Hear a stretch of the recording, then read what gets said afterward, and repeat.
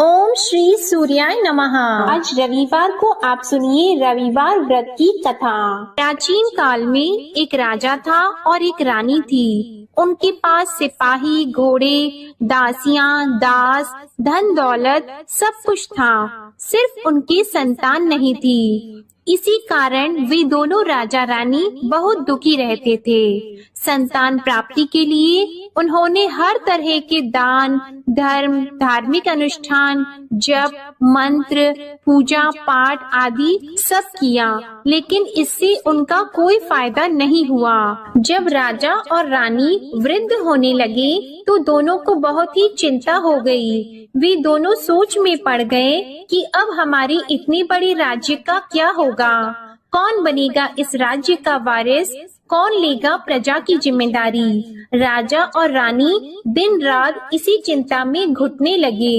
उन्हें खाने और पीने की भी सुध नहीं रहती थी। तो एक सुबह राजा के दरबार में एक साधु आता है तो दासी रानी को इत्तला करती है। तब वह दासी से कहती है, ये मेरा अंतिम दान धर्म है, इसके बाद मैं अपने हाथों से कोई दान धर्म नहीं करूंगी। रानी चावल भरा छाछ हाथ में लेकर बाहर आती है और साधु की झोली में भिक्षा डालने आगे बढ़ती है तो उसके चेहरे पर छाई उद्विग्नता साधु की दृष्टि में आती है। वह उससे पूछता है कि रानी साहिबा, आपको क्या हुआ है, आपको क्यों इतनी उदासी हो गई है। तब रानी साधु को सारी हकीकत बताती है और सिसकने लगती है। उस पर वह साधु कुछ पल गंभीर हो जाता है और कहता है कि चिंता मत करो रानी साहिबा, आपकी संतान की इच्छा पूरी हो जाएगी। आपकी कोख से एक पुत्र का जन्म होगा, मात्र वह 14 साल तक ही आप लोगों को मिलेगा। इसके आगे वह जीवित नहीं रह पाएगा। इससे बढ़कर आपको कुछ देना मेरे लिए संभव नहीं है। अपनी बात पूरी करते उसने अपनी झोली में हाथ डाला। झोली में हाथ डालकर थोड़ी सी भभूत निकालकर उसने रानी को दी और कहा, आप और महाराज दोनों इसे बांटकर ग्रहण कर लेना, तुम्हें जल्द ही पुत्र की प्राप्ति होगी। और वह साधु अपनी राह को चला गया। उसके जाने के बाद रानी सोचने लगी कि 14 साल तो 14 साल ही सही, उतने समय के लिए हमें पुत्र तो मिलेगा, यही काफी है। उतने साल तक मैं उसे जी जान से बड़ा करूंगी, उसे ढेर सारा प्यार और दुलार करूंगी, अपनी संतान की मुराद पूरी करूंगी। उस रात अपना सारा राज गाज खत्म करके राजा जब रानी के महल में गए तो रानी ने राजा को सारी बात बता दी और साधु की दी हुई भभूत राजा को दिखाकर बोली कि साधु महाराज ने ये भभूत हम दोनों को ग्रहण करने के लिए दी है। राजा बोले, इतना दान और धर्म किया, जप और तप किया, उसका कोई फल नहीं मिला। अब इस भभूत से हमें क्या संतान प्राप्त होगी। उस पर रानी बोली, जब इतना सब कुछ कर लिया तो अब ये भी सही, क्यों हम उस साधु के क्रोध को बुलावा दें। राजा को अब किसी बात पर विश्वास नहीं था, पर रानी को दुख ना पहुँचे इसलिए वह राजी हो गया। और राजा रानी दोनों नहाते धोते हैं, फिर अपने भगवान का नाम का स्मरण करते हैं, अपने पुरखों को स्मरण करते हैं और उस साधु महाराज का नाम स्मरण करके वह भभूत बांटकर दोनों खाते हैं। उसके बाद दोनों निश्चित होकर सो जाते हैं। तो कुछ दिन गुजर जाते हैं और साधु द्वारा कहे अनुसार रानी गर्भवती हो जाती है। उस पर राजा और रानी दोनों की खुशी गगन में नहीं समाती। राजा रानी से बोलते हैं, महारानी सचमुच साधु महाराज की कृपा हो गई। तो 9 महीने बाद रानी ने एक सुंदर पुत्र को जन्म दिया। राजा ने बड़ी धूमधाम से पुत्र का नामकरण किया। सारे राज्य में 8 दिन तक अनशन तर्पण रखा, उत्सव मनाया गया। आप पुत्र की कुंडली देखने के लिए राज्य के सबसे विद्वान पंडित जी को बुलाया गया। जो कुंडली देखकर पंडित जी बड़े चिंतित हो गए, कहने लगे, महाराज हमारा राजपुत्र सिर्फ 14 साल तक हमारे पास रहेगा।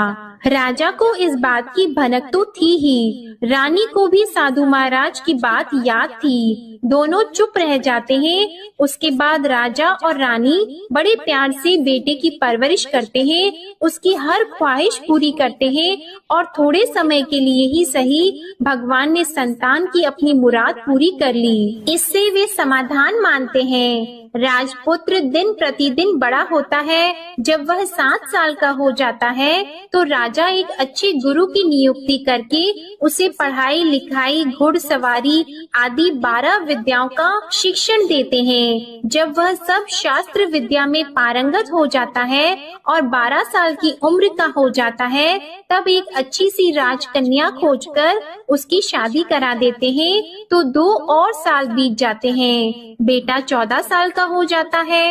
एक दिन राजपुत्र राजा से बोलता है, पिताजी, मैं अपना सारा राज्य घूमकर देखना चाहता हूँ। आज तक मैंने सिर्फ इस रजवाड़े के अतिरिक्त कुछ देखा नहीं है। बेटे की बात सुनकर राजा चिंतित हो जाते हैं, क्योंकि पुत्र को 14वां साल शुरू हुआ ही था। अब कोई अनहोनी होने का वक्त नजदीक आ पहुंचा था, लेकिन राजा यह सब बातें पुत्र को बता नहीं सकता था। राजा अपने चेहरे पर खुशी लाकर बेटे से कहता है कि हाँ, जरूर जाओ बेटा, तुम्हें अपना सारा राज्य घूमकर देखना चाहिए। कहाँ क्या है ये सब जानना चाहिए। कल मेरे बाद तुम ही को तो राजा बनना है। मात्र एक बात का ध्यान रखें, तुम जहाँ जा रहे हो, क्या कर रहे हो, ये बात अपनी पत्नी को नहीं बताना।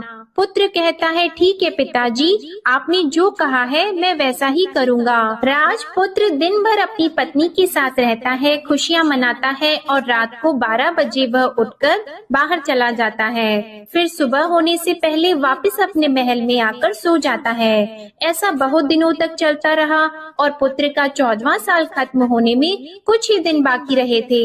इतने में उसकी पत्नी यानी छोटी रानी रात में जाग जाती है। वह देखती है कि बिस्तर पर राजपुत्र नहीं है। वह महल में सब जगह देखती है तो राजपुत्र कहीं भी नजर नहीं आते। तो वह क्या करती, किससे कहती? वह चुपचाप रहती है। फिर वह सुबह होने पर देखती है कि उसका पति अपनी जगह सोया हुआ है। वह पति से कुछ नहीं पूछती है, लेकिन दूसरी रात भी जब वैसा ही होता है, तीसरी और चौथी रात और कुछ दिनों तक ऐसा ही चलता रहता है, तब रानी बहुत ही चिंतित हो जाती है। उसके मन में ढेर सारे सवाल उठते हैं, लेकिन उसे पूछने में डर लगता है। शायद पति गुस्सा कर बैठे। सास ससुर से पूछने के बारे में सोचा तो उसकी कुल मर्यादा बीच में आ जाती थी। तो इस तरह वह मन ही मन घुटती रहती थी। इस हालत में उसे खाने पीने में दिलचस्पी नहीं होती थी। वह दुबली पतली हो जाती है। तो उस राज्य में फूल बेचने वाली एक बूढ़ी मालिन थी। वह हमेशा छोटी रानी को फूल देने उसके महल में आती थी। उस बुढ़िया का ध्यान छोटी रानी पर पड़ जाता है। वह उससे पूछती है, बेटी, तुम्हें किस बात का दुख है? तुम इस तरह सूख कर कांटा क्यों बनी हो? उस पर रानी कहती है, क्या बताऊं तुम्हें अम्मा, तुम्हारा राजपुत्र हर रात्रि को बाहर चला जाता है और सुबह वापस लौट कर आ जाता है। वह कहाँ जाता है, क्या करता है, यह सोच सोच कर मैं अन्न जल ग्रहण नहीं कर पाती हूँ और सूख सूख कर इस तरह कांटा बन रही हूँ। बुढ़िया सब बात सुनकर उसे एक उपाय बताती है कि बेटा ऐसा करना, आज रात को तुम सोना मत, उसके पीछे जाकर देखना कि वह कहाँ जाता है, क्या करता है और उसकी अच्छी तरह से पहरेदारी करना। तो छोटी रानी बोली कि अगर मुझे नींद आ गई तो बुढ़िया बोली कि तुम्हें नींद न आए इसलिए एक काम करना, अपने बाएं हाथ की उंगली में एक जख्म कर देना, उस पर थोड़ी सी मिर्ची छिड़कना, उससे तुम्हें बड़ी जलन होगी और उस पीड़ा से तुम्हें रात भर नींद नहीं आएगी। रानी बुढ़िया के कहे अनुसार वही करती है। उंगली की जलन से उसे बड़ी देर तक नींद नहीं आती, लेकिन बाद में वो सो जाती है। दूसरे दिन सुबह बुढ़िया फूल लेकर उसके महल में पहुंचती है और पूछती है, क्या हुआ बेटी, क्या तुम देख पाई कि पति कहाँ जाता है? रानी कहती है, नहीं अम्मा, पहले कुछ समय जलन के कारण मुझे नींद नहीं आई, पर कुछ देर के पश्चात मैं सो गई। बुढ़िया कहती है, कोई बात नहीं, आज तुम उंगली पर पहले से थोड़ा बड़ा जख्म करना और ज्यादा मिर्च लगाना, तो रानी ने वैसा ही किया। परंतु वह सिर्फ पति को बाहर निकलते हुए देख पाती है, उसके पीछे नहीं जा सकती क्योंकि उसे फिर से नींद आ जाती है। दूसरे दिन सुबह बुढ़िया आती है तो उसके पूछने से पहले ही रानी रोककर कहती है, अम्मा, मैं आज भी उसकी पहरेदारी ठीक तरह से नहीं कर पाई। बुढ़िया कहती है, रोना नहीं बेटी, सब कुछ ठीक हो जाएगा। तुम आज रात जख्म और बड़ा करना और उस पर ज्यादा मिर्ची लगाना, और एक काम करना कि जब वह जाने के लिए निकलता है तब उसका रास्ता रोकना। बुढ़िया ने जैसा बताया रानी ने वैसा ही किया। आज रात उसे नींद नहीं आती है। पति जब रात को महल से निकलने के लिए चलने लगता है तो वह बुढ़िया ने जैसा बताया वैसे ही करती है। दौड़कर जाकर पति का रास्ता रोकती है और कहती है, कहाँ जा रहे हो, किससे मिलने जा रहे हो, मुझे बताओ। राजपुत्र उसे समझाने की बहुत कोशिश करता है। देखो, अगर मैंने तुम्हें यह बता दिया तो मैं तुम्हें दोबारा नहीं मिल पाऊंगा। रानी कहती है, कोई बात नहीं, ना मिल पाओ, लेकिन आप रात के समय कहाँ जाते हो यह मुझे बता दो। राजपुत्र निरुपाय हो जाता है। पत्नी की जिद के आगे उसकी एक नहीं चल पाती। ठीक उसी समय उसका 14वां साल खत्म हो रहा होता है, 15वां साल लगने वाला होता है। जो होता है वह हो जाने दो, यह सोचता है और कुछ चावल मंत्रों से सिद्ध करके पत्नी को देकर कहता है कि इन चावल के दानों को हाथ की मुट्ठी में पकड़ना। पहले दाएं हाथ में पकड़े चावल मेरे ऊपर फेंकना, मैं कौन हूँ तुम्हें पता चल जाएगा। बाद में बाएं हाथ में पकड़े चावल मेरे ऊपर फेंकना, मैं जैसा था तुम्हें मिल जाऊंगा। लेकिन यदि तुम बाएं हाथ के चावल मेरे ऊपर फेंकना भूल गई तो मैं तुम्हें कभी नहीं मिल पाऊंगा। रानी ने कहा, नहीं भूलूंगी। रानी बड़े आत्मविश्वास के साथ यह कहकर दाएं हाथ में पकड़े चावल पति के ऊपर फेंक देती है तो राजपुत्र एकदम एक विशाल घोड़ा बन जाता है। एकदम उम्दा सफेद गर्दन पर लंबी अयाल देखते देखते वह तेजी से दौड़ने लगता है। रानी उस घोड़े को एकदम भौचक्की होकर देखने लगती है और पति ने बाएं हाथ के चावल फेंकने की जो बात कही थी वह भूल जाती है। उसकी आंखों के सामने घोड़ा महल से बाहर निकलकर चला जाता है। घोड़ा जो महल से बाहर जाता है तो वापस नहीं आता। अब रानी को बड़ा पश्चाताप हुआ। वह स्वयं को कोसने लगती है, लेकिन अब उसका कोई फायदा नहीं होने वाला था। राजपुत्र अब वापस नहीं आने वाला था। सुबह होते ही महाराजा को सब बात पता चली। उन्हें बहुत दुख होता है। वे बिस्तर पकड़ते हैं और राह देखते हैं कि एक दिन उनका बेटा वापस आ जाए। इस तरह 1 महीना गुजरता है, 3 महीने गुजरते हैं, आखिर 6 महीने पूरे हो जाते हैं। राजपुत्र का कोई अता पता नहीं चलता।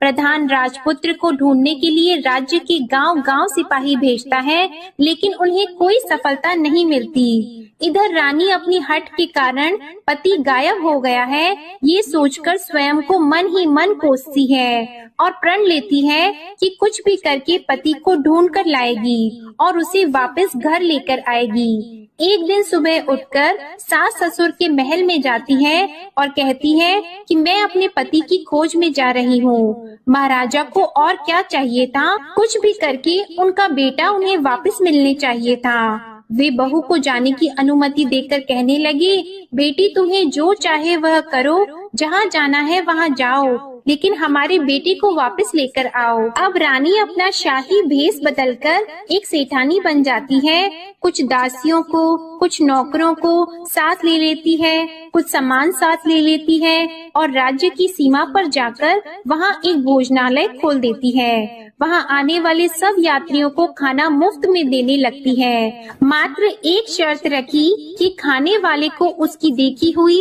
कोई अजीब चीज उसकी मालकिन को यानी राजकन्या को बतानी पड़ेगी, तो वहाँ आने वाला हर नागरिक अपनी तरफ से मैंने ये देखा, मैंने वह देखा कहकर वहाँ से मुफ्त खाना खाकर जाता था। परंतु रानी को जो बात चाहिए थी वह अब तक नहीं मिली थी। ऐसे ही कुछ दिन बीत गए तो रानी के महल में फूल लेकर जाने वाली बुढ़िया के एक बेटा और बहू थे। उनका एक छोटा बेटा था, यानी बुढ़िया का एक पोता था। तो बेटा और बहू सुबह काम के लिए निकलते थे, तो पोते को संभालने की जिम्मेदारी बुढ़िया पर रहती थी। दिन भर पोते को संभालती थी। एक दिन बुढ़िया को पान खाने की आदत थी, तो पान लगाने के लिए चूना चाहिए था। वह उसे तैयार करने के लिए सीपियां लेकर आई। इन सीपियों को भूनने के लिए गोबर के कंडे चाहिए थे। कंडे इकट्ठा करने के लिए वह बांस की टोकरी लेकर चरवाहे के मैदान में गई। वहाँ बहुत सारे कंडे थे। उन्हें जमा करते करते उसे घर आने में अंधेरा हो गया। इस ओर शाम होते ही काम से वापस आकर बेटा और बहू घर पहुँचे, तो देखा कि बच्चा घर पर अकेला है और रो रहा है। वे दोनों गुस्से से लाल पीले हो गए। इतने में बुढ़िया घर आ पहुँची। बेटे ने पूछा, पोते को घर अकेला छोड़कर कहाँ गई थी? बुढ़िया बताने लगी कि मैं गोबर के कंडे इकट्ठा करने गई थी। इस पर बेटा बोला, दोबारा बच्चे को अकेला घर पर छोड़कर यदि कहीं गई तो मैं तुम्हें बहुत पीटूंगा। बुढ़िया कहने लगी, नहीं बेटा, फिर कभी ऐसा नहीं करूंगी। लेकिन दूसरे ही दिन बुढ़िया वह बात भूल गई और फिर चरवाहे के मैदान पर कंडे इकट्ठा करने चली गई। शाम को जब बेटा और बहू काम से वापस लौटे, तो देखा कि बच्चा घर पर अकेला है और रो रहा है। अब उसके बेटे की सहन शक्ति खत्म होने लगी और बुढ़िया के वापस आने पर उसे घर से निकाल दिया। बुढ़िया रात भर घर के बाहर अंधेरे में बैठी रही और सुबह होते ही हाथ में टोकरी लेकर कंडे इकट्ठा करने के लिए निकल गई। उस दिन उस पर कंडे इकट्ठा करने का मानो पागलपन सवार हो गया था। कंडे इकट्ठा करते करते जब अंधेरा हो गया, उसे मालूम ही नहीं चला। उसे जब ध्यान आया तो गांव का रास्ता भी ठीक तरह से दिखाई नहीं दे रहा था। वह अंधेरे में आंखें फाड़कर देखती देखती किसी तरह आगे निकल पड़ी। तो एक कपिला गाय छन छन की आवाज करते गली की घंटी बजाते ठुमक कर उस मैदान पर आ गई। उसे देखकर बुढ़िया सोचने लगी कि इस गाय के पीछे पीछे जाऊंगी तो गांव तक पहुंच जाऊंगी। तब बुढ़िया उसके पीछे पीछे जाने लगी। वह गाय उस मैदान से लेकर एक एक करके 6 मैदान पार करती है। आखिर में वह 7वें मैदान तक पहुंचती है। तो क्या होता है कि उस मैदान पर एक बड़ा सा पत्थर है। गाय जाकर उस पत्थर को अपना सींग मारती है। जब गाय ने सींग मारा तो वह पत्थर दूर हट गया और पाताल में नीचे जाने की सीढ़ियां दिखाई देने लगी। तब वह गाय उन सीढ़ियों से नीचे जाने लगी। बुढ़िया वह सब देख रही थी और झट से जाके गाय की पूंछ को पकड़ लिया। वह गाय के साथ नीचे पाताल में पहुंच गई और तुरंत ही गाय की पूंछ छोड़ दी और इधर उधर देखने लगी। उसने देखा कि वहाँ दीप और दिए जलते हैं और तेज रोशनी गाय के ऊपर पड़ती है और वहाँ अद्भुत घटनाएं घटने लगती है। गाय के नीचे जाते ही उसके गले में अपने आप सांकल पड़ गई और छमछम करके कोई दूध आड़ी में गाय का दूध दूहने लगा। लेकिन जो भी कोई वह कर रहा है वह मात्र दिखाई नहीं दे रहा है। बुढ़िया बहुत घबरा गई, कहाँ आकर फंस गई यह सोचने लगी और यहाँ वहाँ छिपने के लिए जगह ढूंढने लगी। लेकिन उसे कहीं भी जगह नहीं मिली। हर जगह उजाला ही उजाला था। तो वह एक कोने में खड़ी हो गई और जो कुछ सामने हो रहा था उसे चुपचाप देखने लगी। उसने देखा कि वहाँ एक उम्दा सफेद घोड़ा और 2 कुंड थे। उसमें से एक कुंड में उस घोड़े ने छलांग लगाई और ऊपर आ गया और उस घोड़े को अब राजपुत्र का रूप प्राप्त हो गया। उसने दूसरे कुंड के पानी में स्नान किया, वहाँ रखे नए कपड़े पहने और नजदीक ही एक सुंदर पलंग था, उस पर आकर वह बैठ गया। उसके सामने अपने आप 5 पकवानों की थाली आ गई। दूध की एक प्याली भी आ गई, 5 सुपारी आ गई। उसके सामने एक दिया जलता रहा और राजपुत्र ने खाना खाया, पानी पिया, 5 सुपारी खाई और बिस्तर पर लेट जाने से पहले सूर्य देव का स्मरण करके सामने जलते हुए दिए से पूछा, हे दीपंकर, मेरे माता पिता क्या कर रहे हैं? दिया बताने लगा, बेटे के शोक में डूबे हैं। राज कौन संभाल रहा है? तो उसने बोला कि राज्य प्रधान संभालते हैं। उसने पूछा कि मेरी पत्नी क्या करती है? तो दिए ने बोला कि उसने चौराहे पर भोजनालय शुरू किया है और आते जाते लोगों से वह नई खबर के बारे में पूछती रहती है। दिए के यों कहते ही राजपुत्र कहने लगा कि ठीक है। उसके बाद वह सो गया बुढ़िया कोने में खड़ी हुई सब देख रही थी। ऐसी अद्भुत घटना उसने जिंदगी में पहली बार देखी थी। उसे अंदर ही अंदर चुलबुलाहट होने लगी। वह अपनी भूख प्यास भूल गई और आगे क्या होता है कि उसे उत्सुकता से देखने लगती है। लेकिन उसके बाद और कुछ घटनाएं नहीं घटती। रात गुजर गई और सुबह हो गई। पलंग पर सोया हुआ राजपुत्र उठा और फिर से पहले वाले कुंड में छलांग लगाई। तो अब वह फिर से घोड़ा बनकर कुंड से बाहर आ गया। वह तेजी से उच्च पाताल नगरी से बाहर निकल गया, लेकिन वह कहाँ गया बुढ़िया को कुछ पता नहीं चला। उसके बाद पिछली रात की तरह कोई उस गाय को छमछम करके दूध दोहने लगा। जैसे ही दूध दोहना खत्म हुआ, उसके गले की सांकल अपने आप खुल गई और वह गाय तेजी से ऊपर जाने लगी, सीढ़ियों की ओर भागने लगी। गाय को दौड़ता देखकर बुढ़िया सोचने लगी कि अब गाय के साथ यहाँ से ऊपर जाना ही समझदारी होगी, नहीं तो कोई मुसीबत आकर उसके ऊपर टपक जाएगी। झट से उसने गाय की पूंछ पकड़ ली और गाय के साथ ऊपर आ गई। गाय जब मैदान में पहुंची तो उस सुरंग का रास्ता अपने आप बंद हो गया और उसके मुंह पर एक बड़ा सा पत्थर पहले की तरह खड़ा हो गया। ऊपर आकर वह गाय जंगल की ओर निकल गई। इधर बुढ़िया एकदम बावली सी हो गई। उसने पाताल नगरी में जो कुछ देखा था वह जल्द से जल्द किसी को बताने के लिए उतावली हो गई। उसे एकदम याद आया कि नगर की सीमा पार कोई औरत भोजनालय चलाती है और नई बात बताने वालों को अच्छा खाना पीना मुफ्त में देती है। वह सोचने लगी कि क्यों न मैं ये बात उस औरत को जाकर बताऊं। यदि उसे ये बात पसंद आ गई तो बाकी जीवन खाने पीने के झंझट से मुक्ति मिल जाएगी। बुढ़िया ने मन में तय किया और तुरंत उस भोजनालय के द्वार पर टंगे नगाड़े के सामने खड़ी हो गई और जोर जोर से नगाड़ा बजाना शुरू कर दिया। नगाड़े का इस तरह शोर सुनकर मालकिन यानी छोटी रानी मन में प्रसन्न हो जाती है कि शायद कोई बड़ी बात लेकर यहाँ आया है। रानी सिपाहियों को आदेश देती है, जाइए और जो कोई आया है उसकी अच्छी तरह खातिरदारी कीजिए। आदेश पाते ही सिपाही नीचे दौड़ गए तो एक बुढ़िया नगाड़ा बजा रही थी। उन्होंने पूछा, क्यों नहीं बुढ़िया, क्या हुआ, क्यों नगाड़ा बजा रही हो? बुढ़िया बोली, कुछ नहीं बेटा, यहाँ खाना मिलता है ना, इसलिए आई हूँ। खाना चाहिए मिलेगा, लेकिन तुझे कोई नई बात बतानी पड़ेगी। हाँ बताऊंगी, एक बात मालूम है मुझे। इस पर सिपाही उसे अंदर लेकर गए। उनको मालकिन का आदेश था कि जो कोई बूढ़ा बुजुर्ग वहाँ आए उनके साथ अच्छी तरह पेश आना, उनका अच्छे से आदर सत्कार करना। तो सिपाही ने उस बुढ़िया का भरपूर आदर सत्कार किया। यह उसे बड़ी सिद्ध थाली भरकर व्यंजन परोसते हैं। बुढ़िया कुछ दिनों से भूखी थी, वह खाने पर टूट पड़ी। खाना खाने के बाद सिपाही ने उसे नई साड़ी पहनने को दी। उसके बाद उसे लेकर रानी के पास आए। बुढ़िया और रानी ने तुरंत एक दूसरे को पहचान लिया। तब रानी ने बुढ़िया से कहा कि अम्मा अब बताओ तुमने क्या नई बात देखी है? नई बात? मैंने कोई नई बात नहीं देखी है। बुढ़िया बोली, वह तो मेरे पास तुम्हें देने के लिए खाने के पैसे नहीं थे, इसलिए मैंने झूठ कहा और नगाड़ा बजाया।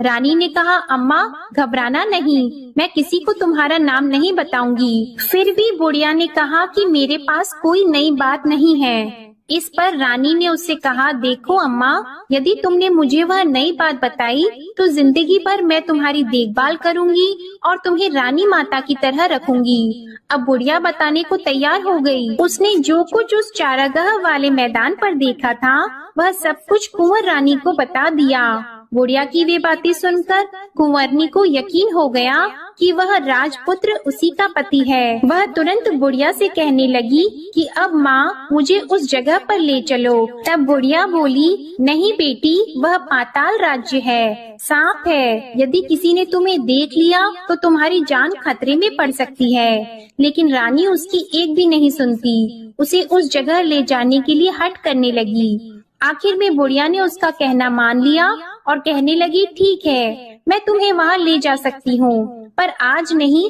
कल वहाँ जाना है तो शाम को ही जाना होगा।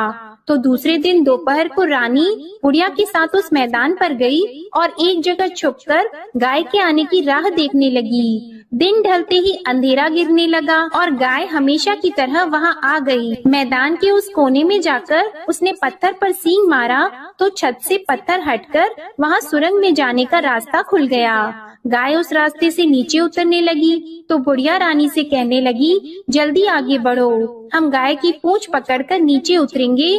तो दोनों गाय की पूंछ पकड़कर नीचे उतर गईं। बुढ़िया पहले जिस कोने में छिपी थी उस कोने में छिप गई। अब नीचे सब कुछ पहले जैसा घटित हो रहा था।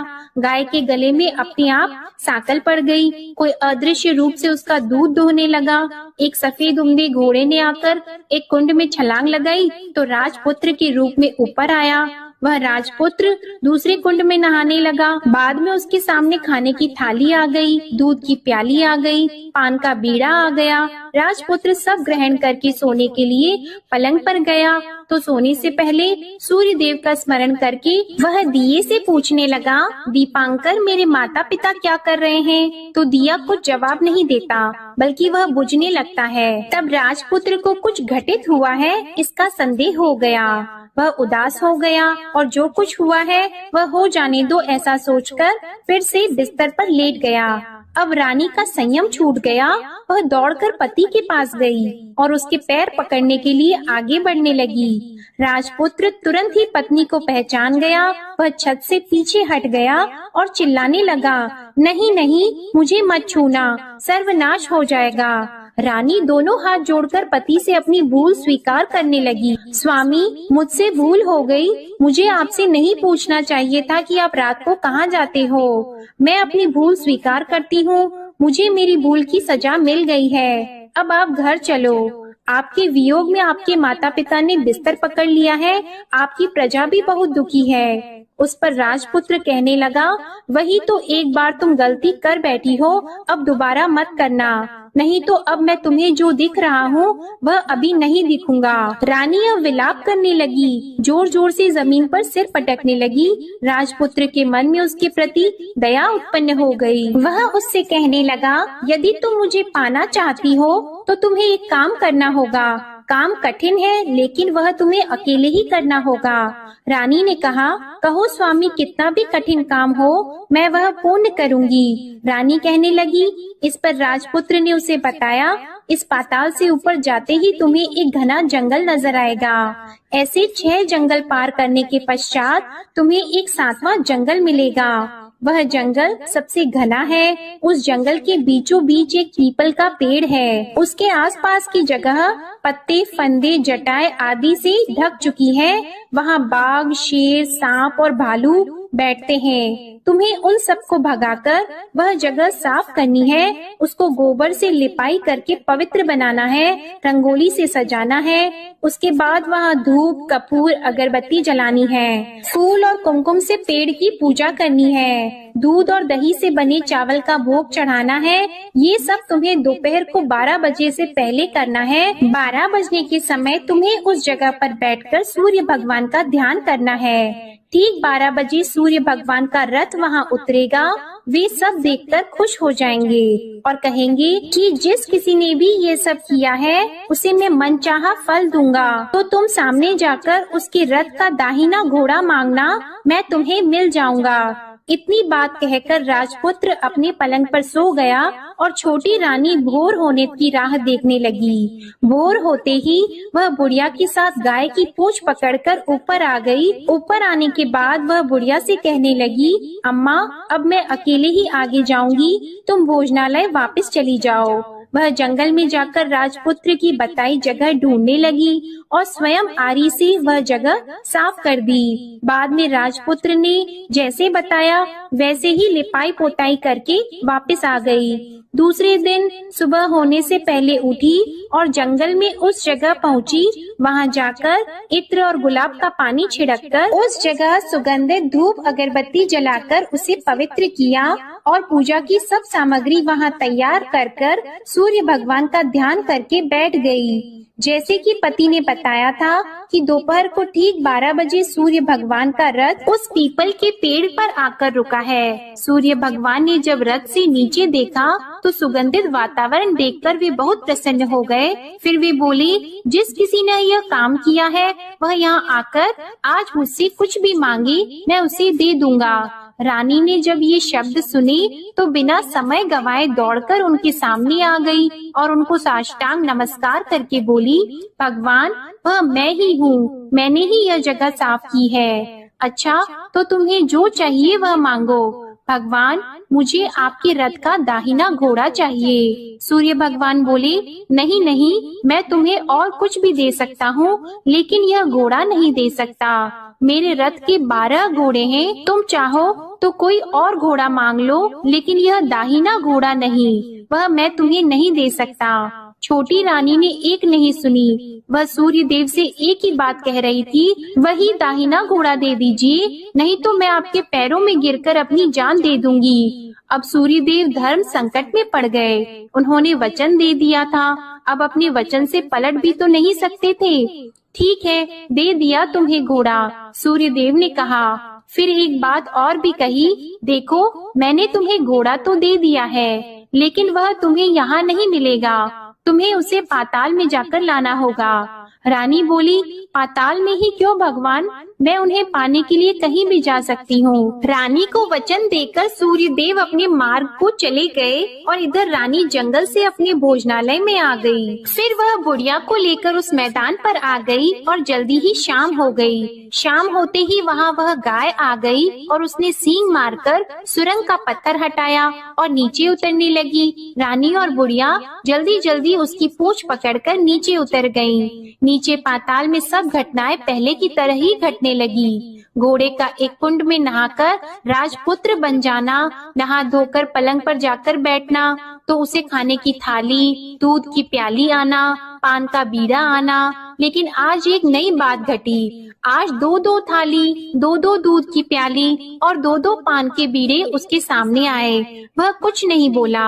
अपने हिस्से की थाली खाकर, दूध पीकर और पान का बीड़ा चबाकर वह सोने चला गया और हमेशा की तरह दिए से पूछने लगा, दिए दिए दीपंकर, मेरे माता पिता क्या करते हैं? दिए ने बताया, वे दोनों तुम्हारे शोक में मरने की स्थिति में पहुंच गए हैं। ऐसा?